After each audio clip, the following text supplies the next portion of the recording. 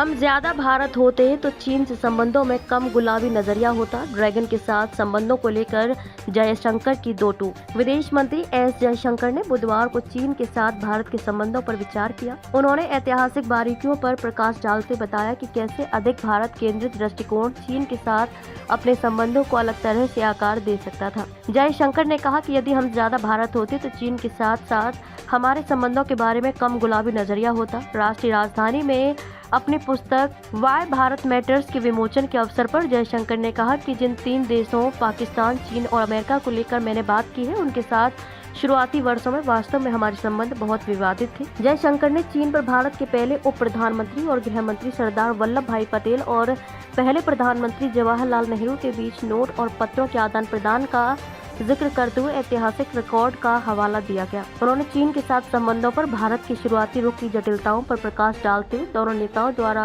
व्यक्त किए गए बिल्कुल अलग अलग विचारों का उल्लेख किया है। पिछले 10 साल परिवर्तनकारी रहे हैं। भाजपा नीति सरकार के तहत अपने 10 साल के कार्यकाल को परिवर्तनकारी बताते हुए विदेश मंत्री एस जयशंकर ने कहा कि ऐसे समय से जब भारतीयों को वीजा के संबंध में कठिनाइयों का सामना करना पड़ता था, आज कई देश कार्यस्थल की गतिशीलता का पता लगाने के लिए स्वयं नई दिल्ली का अनुसरण कर रहे हैं। उन्होंने इस बात पर भी जोर दिया कि आज आपूर्ति श्रृंखलाओं और डिजिटल प्रवाह के अलावा वैश्विक कार्यस्थल के क्षेत्र में भी एक बड़ा अवसर मौजूद है। जयशंकर ने अपनी पुस्तक वाई भारत मैटर्स में अनुच्छेद 370 से लेकर भारत की सीमा स्थिति, विशेषकर चीन के साथ LAC समेत उन तमाम मुद्दों पर खुलकर चर्चा की है जिनसे वह जुड़े रहे हैं। जयराम ने कहा कि जयशंकर ने बौद्धिक ईमानदारी खो दी। कांग्रेस महासचिव जयराम रमेश ने मंगलवार को नेहरू की चीन नीति पर टिप्पणी के लिए विदेश मंत्री एस जयशंकर की आलोचना की और कहा कि जयशंकर ने सभी बौद्धिक ईमानदारी और निष्पक्षता खो दी है। इंटरनेट मीडिया प्लेटफॉर्म X पर जयराम ने लिखा कि विदेश मंत्री एक